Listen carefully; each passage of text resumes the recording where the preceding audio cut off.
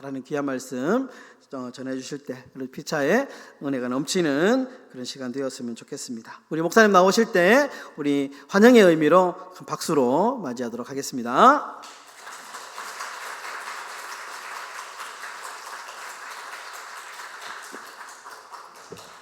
할렐루야. 반겨주셔서 감사합니다. 오늘 이렇게 귀한 자리에 초대해 주신 목사님과 장로님 그리고 성도님께 진심으로 감사드립니다. 오늘 저 때문에 예배 시간 조금 늦으셨죠? 오후 예배 1시 30분으로 알고 있는데 대구에서 저희도 예배 마치고 급히 온다고 그래도 양해해 주셔서 감사드립니다. 오늘 이제 가정 세미나 겸 이렇게 오후에 말씀을 보게 되는데 오늘 본문을 읽으면서 좀 어떠셨나요? 좀 무거운 본문의 내용이지 않습니까? 그래서 오늘 이 본문을 가지고 좀 저희들이 무엇을 물려주시겠습니까? 라는 제목으로 좀 말씀을 살펴보려고 합니다. 사실 본문은 여기 8장이지만은 전체적인 흐름으로 사무엘에 대해서 저희들이 좀 살펴보면서 저희들이 좀 오늘 시간을 좀 보내려고 하는데요. 그러다 보니까 좀 크게 잡으면 사무엘상 1장부터 이렇게 보시면 된다, 그렇게 될 것 같습니다. 저희들이 오늘 읽었던 사무엘상 8장을 보면, 더 나아가서 사무엘상 보면 가장 큰 중심 인물 중에 한 명이 사무엘이다, 그렇게 말씀드릴 수 있습니다. 특별히 1장부터 8장에 오기까지, 더 나아가서 왕이 세워지기까지 가장 핵심적인 인물이 바로 사무엘이죠. 사무엘을 한마디로 좀 이렇게 좀 평가를, 사무엘의 삶을 한마디로 평가하면 하나님 앞에 신실한 사람이었다, 저는 그렇게 좀 정의를 내리고 싶습니다. 우리가 사무엘의 삶을 보면 사실 사무엘은 부모님의 서원 기도로 태어났습니다. 사무엘의 엄마죠, 어머니 한나가 이제 자녀를 낳지 못하는 것 때문에 하나님께 나아가서 기도 가운데 이제 주님의 마음을 발견하게 되고, 그러므로 이제 기도하면서 이제 서원하죠. 아들을 주시면은 주님께 드리겠습니다, 그렇게 기도를 하였고, 또 하나님께서 긍휼을 베풀어 주셔서, 은혜를 베풀어 주셔서 이제 사무엘을 낳게 되었습니다. 그리고 사무엘을 낳자마자 사무엘이 이제 젖된 후에 바로 이제 여호와께 드리고, 사무엘은 이제 늘 이제 하나님 곁에 있었습니다. 그래서 사무엘상 1장부터 3장까지 쭉 살펴보면 사무엘은 항상 이렇게 소개돼요. 사무엘은 여호와 앞에 자랐다, 그리고 여호와를 섬겼다, 더 나아가서 여호와께서 사무엘과 함께 하셨다, 그렇게 기록하고 있습니다. 그뿐만 아니라 여호와께서 사무엘과 함께 하셔서 그의 말이 땅에 하나도 떨어지지 않았다, 떠나서 다니엘서부터 브엘세바까지 모든 사람이 사무엘이 여호와께서 사무엘과 함께 한다는 것을 모든 사람이 알았다, 그렇게 성경은 기록하고 있습니다. 그리고 우리가 또 잘 아는 사건이 하나 있죠. 뭐냐면은 사무엘상 7장을 보면 미스바 사건이 나옵니다. 사무엘이 이제 온 이스라엘은 미스바로 모여라, 내가 여호와께 기도하겠다 해서 온 이스라엘 백성들을 미스바로 모이게 합니다. 그래서 여호와께 물을 붓고 종일 금식하며 하나님, 우리가 범죄했습니다 라고 회개하는 놀라운 어떤 회개 운동이 미스바에서 일어났습니다. 그때 어떤 사건이 일어나게 되냐면요, 블레셋이 쳐들어오게 됩니다. 블레셋이 쳐들어오는데 그때 하나님께서 무엇을 하시냐면 큰 우레를 발하셔서 블레셋 사람들을 어지럽게 하셨고, 오히려 그들을 이제 미스바에서 벳갈까지 약 13km 정도 되는 거리를 추격해서 이제 다 물러가게 하고, 사무엘이 있는 날 동안 하나님께서 이스라엘 땅 가운데 평화를 주셨습니다. 그 사무엘은 그 자신의 삶을 그렇게 하나님께 드렸던 신실한 사람이었습니다. 이 모든 일을 주관하신 분은 하나님이시지만 이 귀한 일에 쓰임 받았던 사람은 사무엘이었습니다. 그의 어머니의 기도부터 이제 태어나서 그렇게 하나님께 쓰임 받는 모든 날 동안 신실하게 하나님 앞에 사용되었던 사무엘인데요. 저는 오늘 말씀을 시작하면서 사랑하는 우리 행복한 교회 성도님 모두가 이렇게 하나님 앞에 신실한 성도가 되기를 주님의 이름으로 축복합니다. 오늘 본문을 보시면요, 1절을 보시면 좀 이렇게 시작을 해요. 사무엘이 늙음에. 좀 이 표현이 좀 이상하죠. 사무엘이 늙음에 좀 어떻습니까? 저는 이제 말씀을 준비하면서 사무엘이 늙음에 이 편을 보면서 참 마음이 좀 무거웠어요. 또 여러 가지 많은 생각을 하게 되었습니다. 왜냐하면 늙었다라는 표현이 사실은 서럽잖아요. 그렇죠? 저희 교회도 이제 연세가 많으신 분들이 많이 계십니다. 그러다 보니까는 이제 우리 교회 저희 교회 성도분들께 이제 어르신 뭐 이런 표현은 안 하지만은 뭐 장로님, 권사님 이렇게 말씀은 드리지만은 우리 뭐 장로님, 저희 교회 장로님이나 권사님들이나 그 외에 이제 지사 여러 성도님들의 이제 연령대나 이러 보면 하루하루 이제 많이 이제 약해지신 것을 좀 많이 보게 됩니다. 그러다 보니까 참 이게 마음이 무겁고 가슴이 아플 때가 많은데요. 근데 오늘 본문에 나오는 이 사무엘의 늙음에라는 이 표현은 어떤 단순히 나이가 많다는 것을 넘어서 또 다른 의미를 가지고 있습니다. 그것은 뭐냐면 인생의 후반부죠. 인생의 후반부를 어떻게 마무리할지 고민해야 되는 시점에 와 있다, 이렇게 보시면 될 것 같아요. 제가 어릴 때, 지금도 어리지만 제가 어릴 때 교회에서나 아니면 이제 많은 어르신들이 아유 어깨가 무겁다 이렇게 하시는 말씀을 제가 좀 많이 들었습니다. 근데 그때 그 말씀을 들을 때는요 와닿지가 않았어요. 근데 제가 가정을 꾸리고 이제 목회를 한 지 올해가 8년 차거든요. 단독 목회를 한 지 8년 차가 되었는데 어깨가 무겁다는 말이 무엇인지 조금은 실감이 나요. 그래서 그런지 제가 계속 어깨가 뭉치더라고요. 이 늙었다, 오늘 본문에 나오는 사무엘이 이제 늙었다, 이 표현은 사실은요 이와 같은 상황이라 보시면 돼요. 물론 나이가 많았다는 것도 물론 포함되지만 그의 이제 인생의 후반부에 고민해야 될 여러 가지 많은 일들이 있었다는 것을 말합니다. 더구나 사무엘은 사사였죠. 하나님 앞에 신실하게 쓰임을 받았고 이제는 이 이스라엘이 하나님께 더 나아갈 수 있도록 자신의 뒤를 이어서 누군가는 이 이스라엘을 하나님이 원하시는, 하나님이 왕되심을 인정하며 하나님을 따르는 나라로 갈 수 있도록 하기 위해서 그의 나름대로 고민과 걱정들이 많았을 것이다, 그렇게 생각됩니다. 그런 상황이라는 거죠. 우리 성도님들은 어떻습니까? 연세가 들수록, 나이가 들수록 사실 고민해야 되는 것들이 점점 많아집니다. 말씀드린 것처럼 인생의 후반부이기 때문에 이 인생의 후반부를 달려야 되고, 요즘에는 100세 시대라고 그러지 않더라고요. 120세라고 이야기하는데 한참 이제 또 후반부를 준비해야 되는 그런 시점이 있다 보니까 거기에 대한 고민도 많이 해야 되고요. 그리고 가정과 자녀들을 위해서도 고민해야 되는 시간들이 참 많이 있습니다. 그리고 이제 저희들 또 성도기 때문에, 또 교회를 섬기기 때문에 또 교회와 여러 가지 부분에 대해서도 많이 고민을 해야 되는 그런 시기에 왔습니다. 그러다 보니 어깨가 무거울 수밖에 없죠. 우리 성도님들은 어떻습니까? 이런 부분에 대해서 잘 고민하며 준비하고 계시는지요? 사실 이런 고민을 안 하는 게 참 좋지만 이런 고민을 하는 것은 지극히 정상적이다, 저는 그렇게 말씀드릴 수 있습니다. 오늘 본문을 보시면 사무엘이 이런 고민을 얼마나 많이 했는지 그에 대한 대책을 세우게 됩니다. 그래서 1절과 2절을 보시면요, 사무엘은 그의 두 아들 요엘과 아비야를 이스라엘 사사로 세우게 됩니다. 그래서 2절에 보시면 브엘세바에서 사사가 되었다, 오늘 성경 그렇게 말씀하고 있는데요, 이 사사가 뭔지를 저희들이 한번 생각해 봤으면 좋겠어요. 잠깐 말씀을 드리기 전에, 사사가 뭐냐면요, 하나님께서 이제 왕이 세워지기 전까지 이제 하나님께서 이스라엘이 위기 때마다 이스라엘 다스릴 사람들을 한 사람 한 사람씩 세우시고 또 그와 함께 하셔서 이스라엘을 구원해 나가셨습니다. 그러다 보니까 사사의 일은 어떤 것이냐면 영적 지도자의 일을 감당합니다. 영적 지도자로서 하나님의 말씀과 율법을 백성에게 가르치고 기억시키고 적용하는 일들을 하는 것이 사사의 역할이고요. 그리고 또 한 가지 사사의 역할은 뭐냐면 정치적으로나 군사적인 지도자 역할을 감당하게 됩니다. 비록 왕은 아니지만 이스라엘 공동체의 지도자로서 정치적으로 또 군사적으로 감당해야 되는 그런 역할을 하는 것이 사사고요. 그리고 마지막으로 사사의 역할 중에 하나가 뭐냐면 백성들을 올바르게 재판하는 재판관 역할을 하게 해야만 합니다.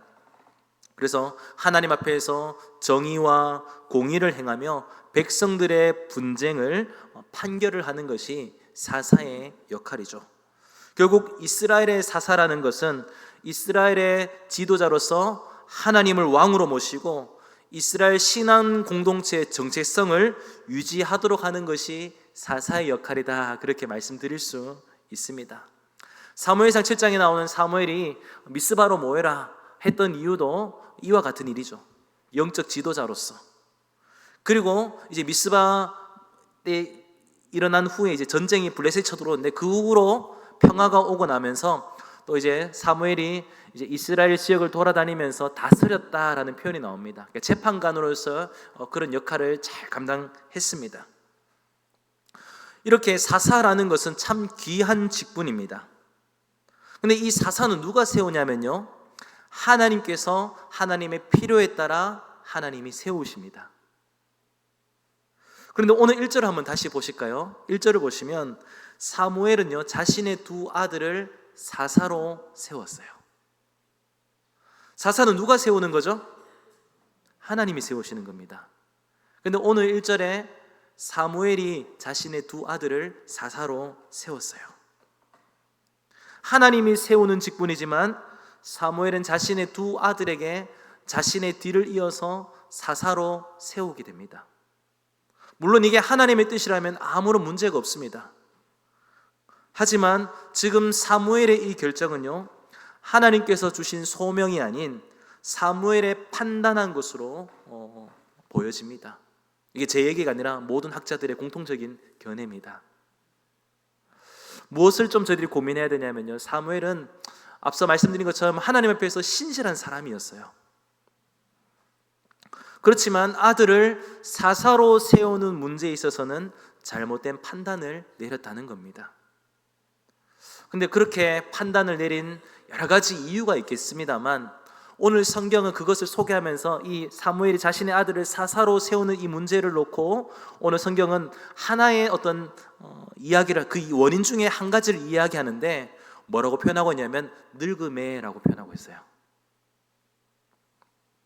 말씀드린 것처럼 단순히 나이가 많다는 의미가 아닙니다.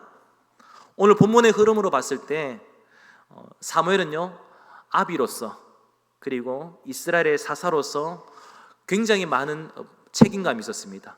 여기에 대한 고민이 참 많이 있었습니다. 이런 부담으로 인해서 영적인 판단에 약간 연약함이 섞였다, 그렇게 성경은 말씀하고 있습니다. 이런 사무엘을 보면요, 참 어떻게 보면 우리 인간적인 눈으로 보면 한심하죠. 근데 성경은요, 사무엘을 정죄하지 않고 있어요. 사무엘에 물론 영적인 연약함이 있었지만 사무엘을 정죄하지 않고 여전히 하나님의 사람으로 성경은 존중하고 있습니다.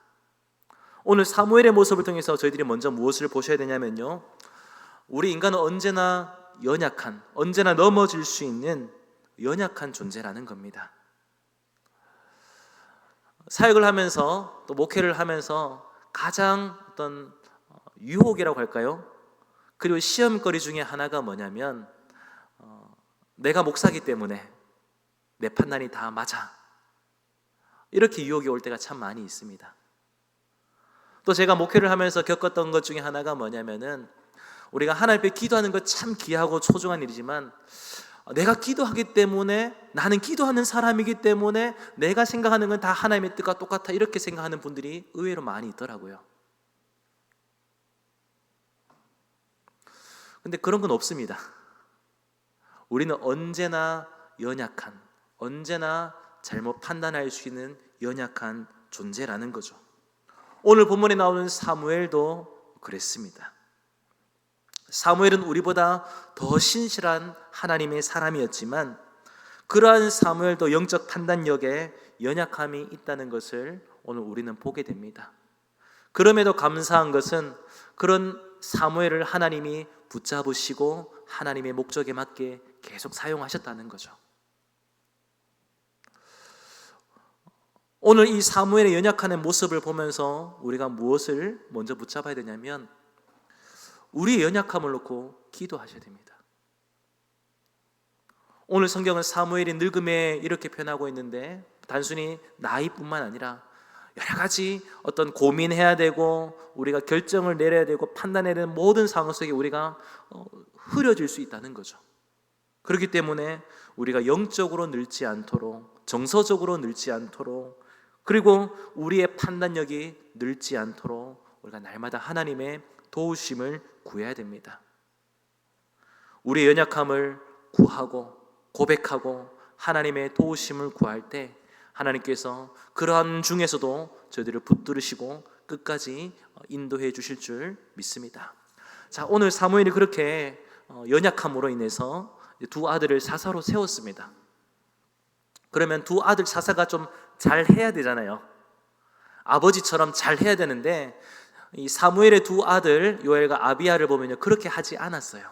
오늘 3절을 한번 보실까요? 3절 우리 함께 읽어보도록 하겠습니다. 같이 읽겠습니다. 그의 아들들이 자기 아버지의 행위를 따르지 아니하고 이익을 따라 뇌물을 받고 판결을 굽게 하니라. 사무엘의 두 아들은요 사무엘처럼 그렇게 살지 않았습니다. 사무엘의 길을 걷지 않았어요. 하나님 앞에서 신실한 모습으로 살아가지 않았습니다. 특별히 어디에서 문제가 일어났냐면 사사로서 백성들을 재판할 때 문제가 일어났습니다. 말씀드린 것처럼 사사가의 역할 중에 중요한 역할이 재판을 하는 것인데요, 하나님 앞에서 정의와 공의로 판결을 내려야 됩니다. 한쪽으로 치우쳐서는 안 됩니다. 그런데 사무엘의 두 아들은요 사사로운 이익을 따라 뇌물을 받고 판결을 굽게 했습니다. 하나님의 공의를 무너뜨렸습니다. 이 문제로 인해서 어떤 일들이 일어나게 되냐면요, 이제 저희가 읽진 않았지만 4절부터 보시면 백성들이 이제 들고 일어나서 사무엘에게 찾아와 가지고 무엇을 하냐면 당신의 아들이 지금 이렇게 하고 있기 때문에 더 이상 우리는 이렇게 못 산다, 왕을 세워달라라는 요구가 이어지게 됩니다. 물론 이스라엘 백성들이 왕을 요구하는 여러 가지 많은 이유가 있겠지만 오늘 본문에 나오는 이 두 아들의 이 문제가 어떤 하나의 시발점이 되었다, 그렇게 볼 수 있는 것이죠. 방금 말씀드렸던 내용이 오늘 본문에 나오는 어떤 줄거리인데요, 내용을 들으면서 좀 마음이 어떻습니까? 저는 설교를 준비하면서 참 마음이 무거웠습니다. 왜 무거웠냐면요, 첫 번째 말씀드린 것처럼 이렇게 하나님 앞에 신실했던 사무엘도 어떤 영적인 연약함이 언제나 올 수 있다는 것을 보게 되면서 무거웠습니다. 우리가 하나님 앞에 살아가기로 결단하고 몸부림치지만 언제나 우리는 현실이라는 문제 앞에 쉽게 넘어지는 연약한 존재이기 때문에 그렇습니다.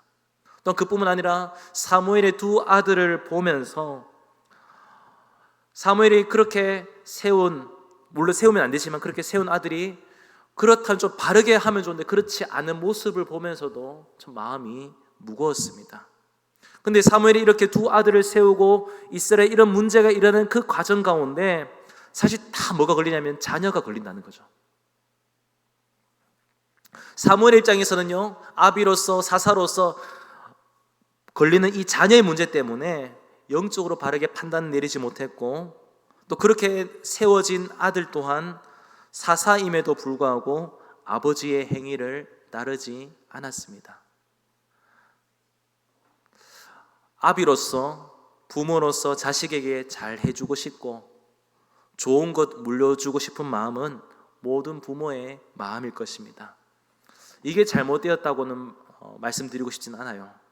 문제는 뭐냐면 우리가 그렇게 잘 해주고 싶고 잘 물려주고 싶은 이 자녀들에게 무엇을 물려주는가라는 겁니다.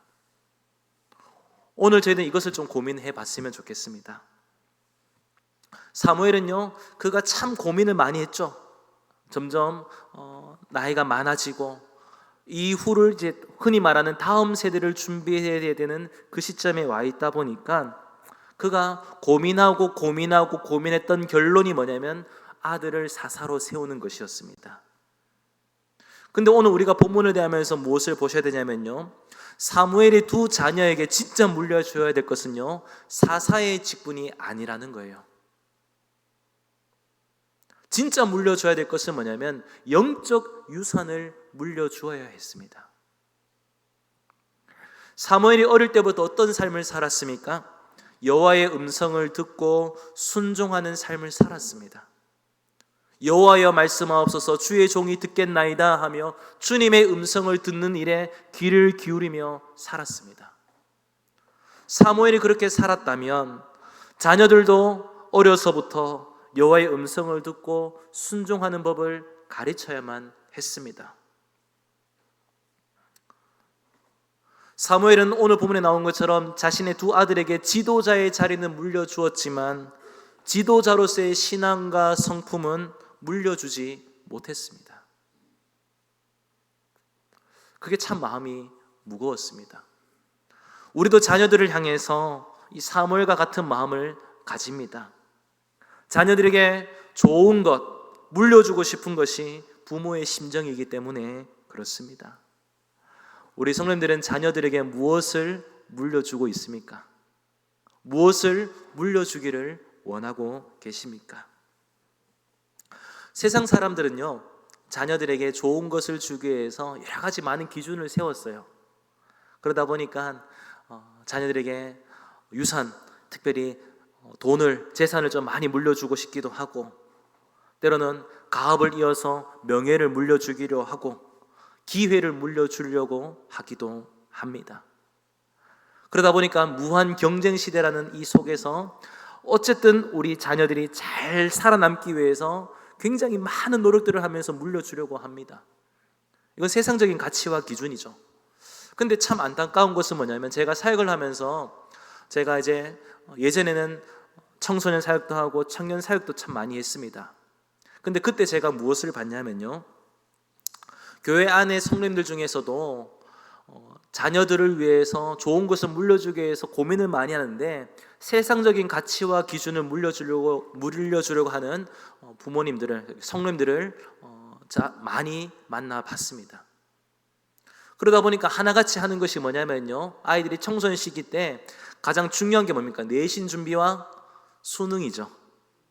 그러다 보니까 아이들에게, 제가 가르쳤던 아이들에게 부모님들이 무엇을 가르치냐면, 지금은 교회 좀 적당히 가고, 지금은 공부가 더 중요하다. 일단은 수능 치고 좋은 대학 간 뒤에 교회 가라. 그리고 조금 나이 들면 어떻게 합니까? 지금 좀 더 준비해서 좋은 데 취직해야지. 지금 좀 더 열심히 해서 좋은 데 직장 갖고, 그리고 좋은 데 시집장가 가야 된다.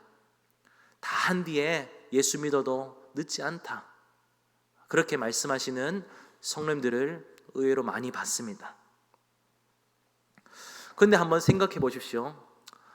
청소년 시기에, 청년 시기에 그렇게 좋은 대학 가기 위해서, 좋은 직장에 취직하기 위해서, 좋은 곳에 결혼하기 위해서 그렇게 다 갔다고 쳐요. 그러면 뭐합니까? 그러고 난 뒤에 과연 예수를 믿을까요? 무조건 없다라고 단정지으면 안 되겠지만 거의 불가능합니다. 가장 중요한 시기에 신앙을 포기하게 가르친 이상 그 자녀들이 신앙 안으로 들어오기는 굉장히 어렵습니다. 또 한편으로는요, 이와 반대로 교회 안에서 믿음이 좋은 부모님들도 계세요. 그러다 보니까 제가 봤던 부모님들 중에, 성도님 중에 어떤 분들이 있었냐면요, 자녀들이 이제 목회자가 되기를 원하는 분도 계셨어요. 그리고 또 한 분은요, 또 어떤 분들은 교회에서 이 교회 안에 몇 대째 이어오는 이 교회 안에, 그러니까 이 행복한 교회 말고요, 교회 제가 섬겼던 교회에 몇 대째 이어오는 집안이기 때문에 너도 이 안에서 바르게 신앙생활하고 자라나가지고 교회 장로가 되고 권사가 되고 집사가 되어야 된다라고 가르치는 부모님도 봤습니다. 참 귀하죠. 자, 그런데 고민해야 될 것은 뭐냐면요, 그렇게 직분자가 된들 어떻게 하시겠습니까? 오늘 본문에 나오는 사무엘은 어떻습니까? 자신의 아들을 사사로 세웠지만 문제가 생겼습니다. 직분이 나쁘다는 말은 아니에요. 하나님께서 우리에게 맡겨주신, 우리에게 허락하신 직분은 정말 귀한 직분입니다. 정말 우리가 사명감을 가지고 감당해야 될 직분입니다. 하나님께서 우리의 자녀들에게 그런 직분을 맡겨주시면 최선을 다해서 감당을 해야 됩니다. 하지만 그것은 어떤 열매이지 신앙의 본질은 아니라는 겁니다. 우리 아이들이, 우리의 자녀들이 커서 너는 목사가 되라, 장로가 되라, 권세가 되라, 집사가 되라, 이것이 우리의 목적이 되어서는 안 된다는 겁니다. 믿음의 계승은요, 자동으로 이어지는 게 아니에요. 우리 선조 때가 열심히 1대 신앙, 2대 신앙, 3대 신앙 이렇게 열심히 했기 때문에 당연히 이대로 너도 목사가 되고 장로가 되고 집사가 되고 권사가 되면 당연하게 그렇게 될 거다. 그렇지 않습니다. 믿음의 계승은요, 은혜로만 이루어집니다. 자녀들이 믿음으로 자라날 수 있도록 어떤 기준점을 정해주는 것은 참 귀한 일이지만 하나님의 은혜가 필요합니다. 우리 성도님들은 어떠하신지요? 우리 자녀들에게 세상의 성공과 출세, 때로는 교회 직분보다 하나님 앞에서 신실하게 살아갈 수 있도록 가르치고 계시는지요? 오늘 본문을 대하면서 우리는 이 사실을 기억하며 하나님의 도움을 구하셔야 됩니다. 우리의 자녀들이 세상에서 조금 잘 나가는 것보다, 아니면 교회에서 빨리 직분자가 되는 것보다 정말 하나님 앞에 신실한 사람이 될 수 있도록 우리가 몸부림치며 주님의 도움을 구해야만 됩니다. 그리고 우리의 자녀들이 믿음 안에 자랄 수 있도록, 바르게 자랄 수 있도록 주의 긍휼을 구하셔야 됩니다. 그렇다고 사무엘이 못 가르쳤다 그런 것은 아니에요. 사무엘은 사무엘 나름대로 최선을 다했겠죠. 그러나 우리가 부모로서 하는 것과 또 자녀는 또 다른 영역이기 때문에 그렇습니다. 또한 우리는요, 우리가 감당해야 될 여러 가지 많은 일들 또한 감당을 해야 됩니다. 아이들이, 우리의 자녀들이 믿음 안에 자랄 수 있도록 우리가 하나님 앞에 엎드리고 주님의 긍휼을 구하는 것과 동시에 이제는 부모로서 우리가 감당해야 될 일들도 해야만 된다는 거죠. 우리의 자녀에게 너 커서 출세해라, 세상에서 잘 나가야 하나님께 영광 돌린다 그런 말 말고, 너 교회에서 빨리 직분자 돼가지고 뭘 해서 이 교회 계속 해야 된다 그거 말고, 정말 믿음으로 자라날 수 있도록 우리가 붙잡고 기도하셔야 된다는 겁니다. 제가 설교를 준비하면서 어떤 한 가지 영상을 봤는데요, 그 영상이 뭐냐면 가수 션 아시나요? 기부천사. 이 션하고 축구 선수 이영표 선수가 이제 대화하는 영상이 이제 인터넷에 올라왔습니다. 그래서 제가 유심히 봤는데요, 뭐냐면 어떤 내용이냐면요, 우리의 자녀들이 어떻게 하면 잘 자라날 수 있을까라는 내용들을 가지고 이야기하는 것을 봤습니다. 그때 이제 이영표 선수가 어떤 이야기를 했냐면, 우리 부모님의 마음이죠. 아이들이 잘 자라서 잘 되는 것, 이것을 좋은 열매라고 표현을 하더라고요, 이영표 선수가.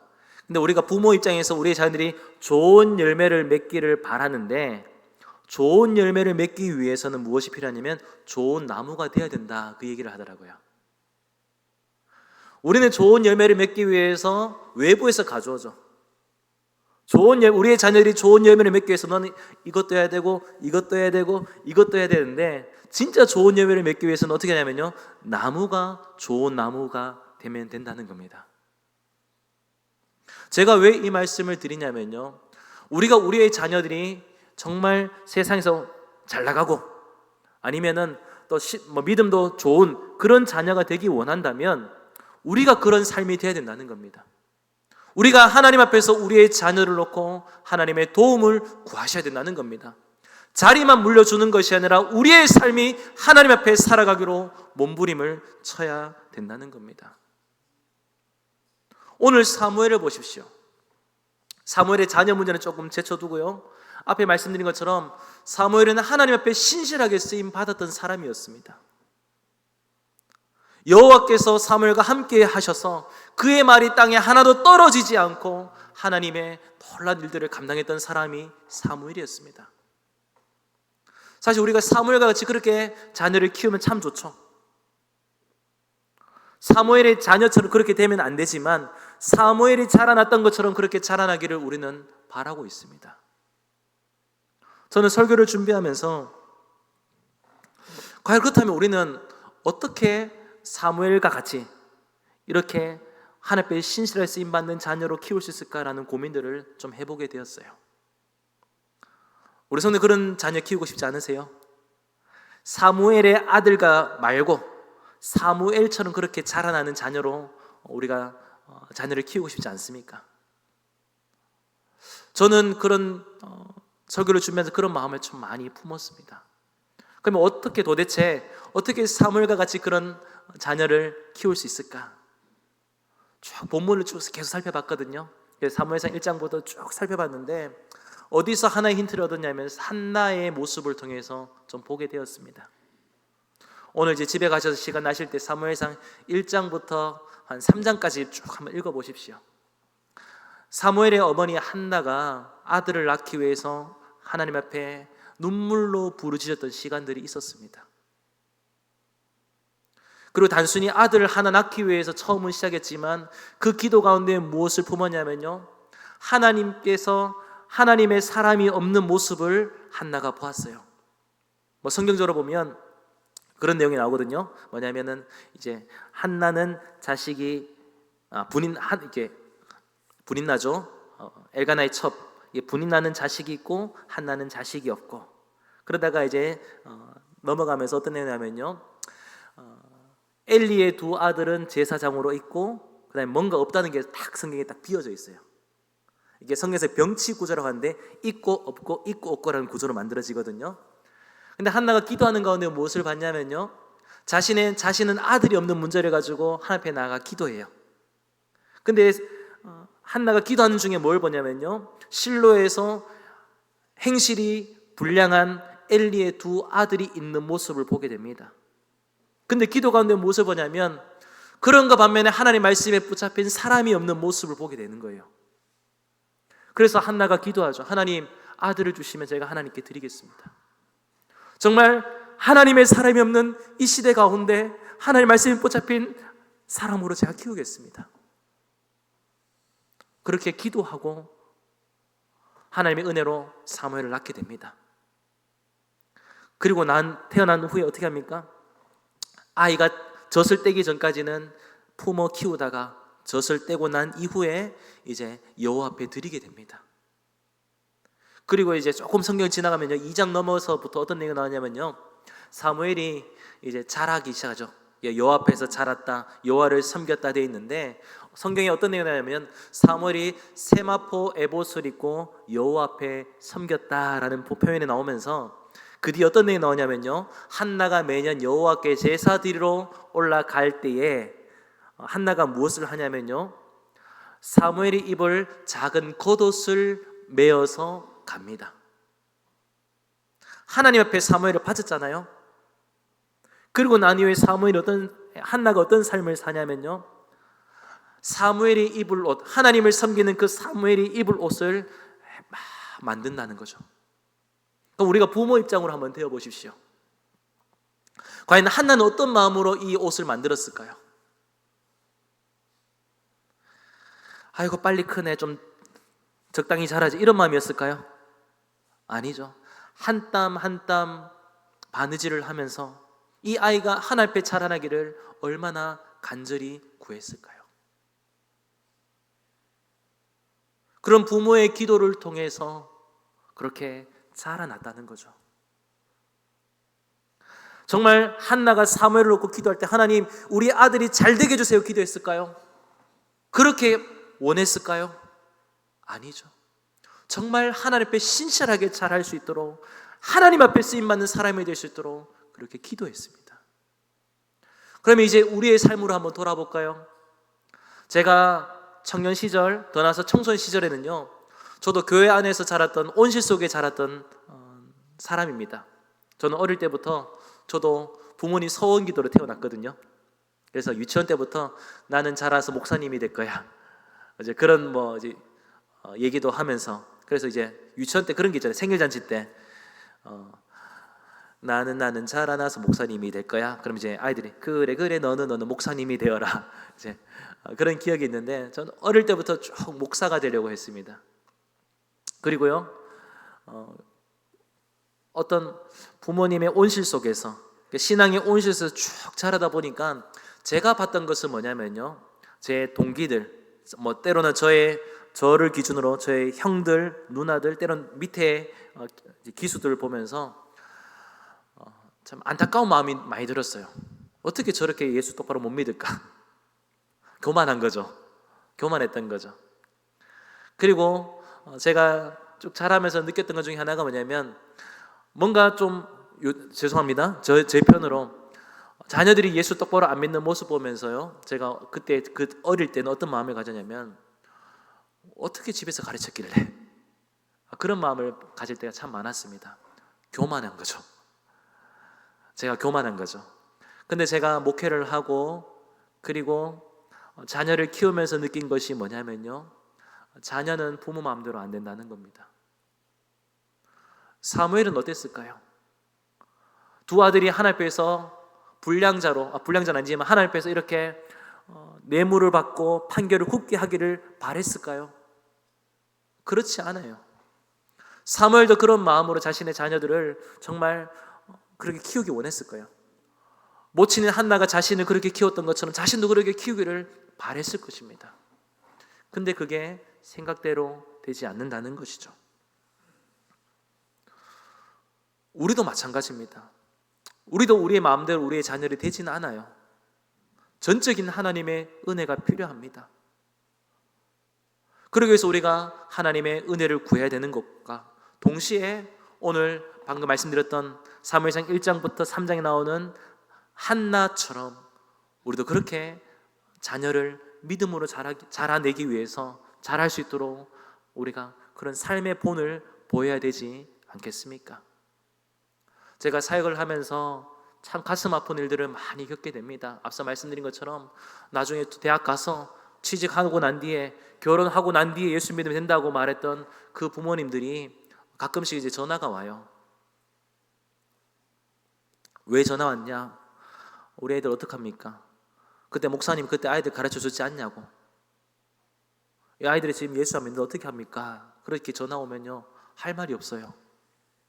속으로는요, 그때 잘하지. 그러시지만 또 그렇게 말 못하잖아요. 너무 안타까워요. 특별히 5월 가정의 달, 또 오늘 이렇게 가정을 위한 어떤 이 메시지를 준비하면서 우리가 정말 고민해야 되지 않겠나, 저는 그렇게 생각됩니다.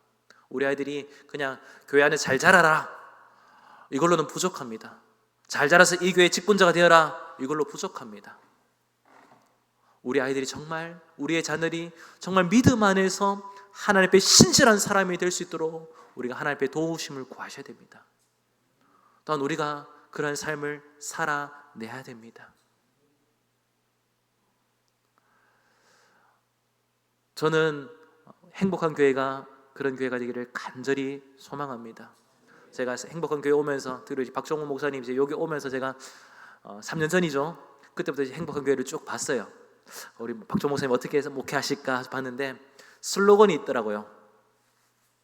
잘 될 일만 남았습니다. 안 되는 것이 기적입니다. 맞나요? 예.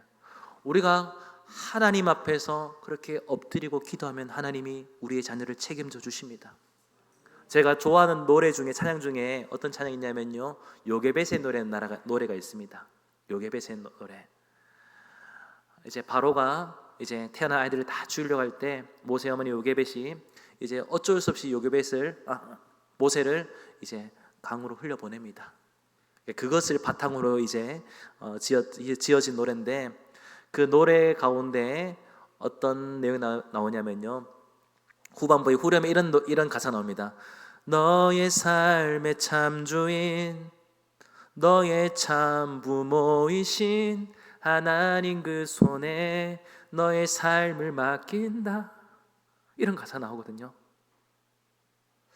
우리가 잘해서 잘 가르쳐서 내가 주인 돼서 이 아이들을 키우려고 하지만 진짜 주인은 하나님이시네요. 진짜 참 부모는 하나님이시라는 거죠.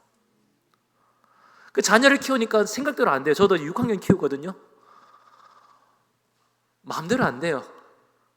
근데 그때마다 제가 다지는 마음이 뭐냐면요, 이 딸은 내 딸이 아니라 하나님이 잠시 내게 맡겨주신 대리인이다. 그래서 이 아이의 부모는 하나님이고 나는 잠시 이 땅에서 맡는 대리인에 불과하다. 그 마음을 늘 새깁니다. 내 욕심으로 아이를 키우는 것이 아니라 내가 원하는 모습대로 그냥 내 요구대로 맞춰지는 아이가 아니라 정말 하나님께 잡힌 바 되어서 하나님께 쓰임받는 자녀가 되어야 되지 않겠습니까? 그 일들을 위해서 우리가 하나님의 도움을 구합시다. 그래서 우리 행복한 교회가 정말 그렇게 우리의 모든 자녀들이 하나님 앞에 귀하게 쓰임받는 하나님 앞에 신실한 그런 교회가 되기를, 가정이 되기를 주님의 이름으로 축복합니다. 기도하겠습니다.